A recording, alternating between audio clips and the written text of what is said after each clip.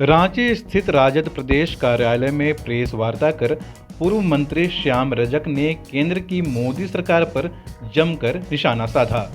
उन्होंने कहा, बढ़ती महंगाई से आज जनता त्रस्त है। केंद्र की मोदी सरकार केवल पूंजीपतियों को फायदा पहुंचाने को लेकर कार्य कर रही है। गरीब जनता से उन्हें कोई मतलब नहीं।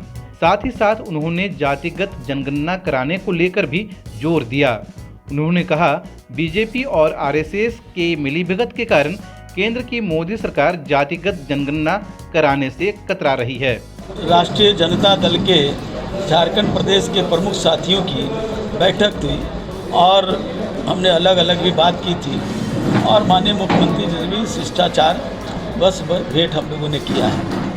हमारा मानना है कि आज देश बड़े संकट की दौर से गुजर रहा है। देश में जिस तरह महंगाई बढ़ रही है, चंद मुट्ठी भर कारपोरेटर को लाभ पहुंचाने के लिए जिस तरह से महंगाई बढ़ा करके देश की, और झारखंड भी सबसे ज़्यादा गरीब प्रदेश रहा, यहाँ के लोगों को मौत के कगार पर खड़ा करने का काम किया है। जहाँ एक और महंगाई बढ़ी है, वहीं कारपोरेटरों का धन अर्जित हो रहा है, उनको लाभ ज़्यादा हो रहा है। उसी तरह से इस कोरोना काल में ऑक्सीजन के सवाल पर, रेमडेसिविर के सवाल पर, बेड के सवाल पर, कई तरह की संकट के कारण हमारे पूरे देश में 40 लाख लोग मौत के कगार पर पहुंच गए, मौत हो गई। किसी को कहाँ मिला कि नहीं मिला, किसी को गंगा में बहाना पड़ा, कब्रगाह को भी जेसीबी से तोड़ा गया, लोग हाथ से नहीं जोड़े गए और इस पर अट्ठास कर रही है भारतीय जनता पार्टी। तो भारतीय जनता पार्टी जिस संस्कृति के है उसके खिलाफ हम लोग एकजुट होकर के संघर्ष करने का काम करेंगे। झारखंड में भी बड़ी समस्या है, आर्थिक रूप से विपन्न बनाने की केंद्र सरकार की साजिश चल रही है।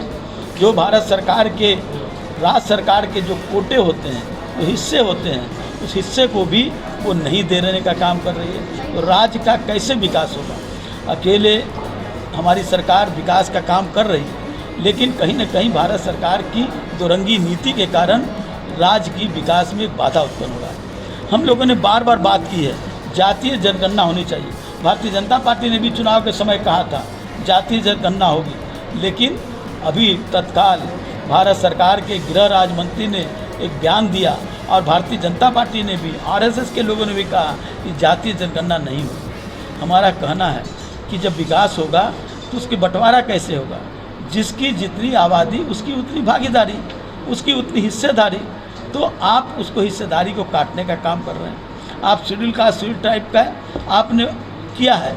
आपने यहाँ तक कि गाय, बैल, बकरी, बिच्छा तक का भी गिनती कर रहे हैं, लेकिन पिछड़ा ओबीसी का आप जनगणना नहीं कर रहे हैं। तो ये देश में जो नीति अख्तियार की जा रही है, ये देश को बर्बाद करने का काम करेगी। तो देश को तोड़ने से बचाया नहीं जा सकता। एक समय दिल टूटा था, देश की आज़ादी के समय हिंदुस्तान और पाकिस्तान का बंटवारा हुआ था। आज देश में नौजवानों का दिल टूट रहा है, दलितों का दिल टूट रहा है, आदिवासियों का दिल टूट रहा है, माइनॉरिटी के लोगों का दिल टूट रहा है, खास करके छात्र नौजवानों का दिल टूट रहा है। तो दिल टूटेगा तो देश के लिए खतरा मंडराएगा।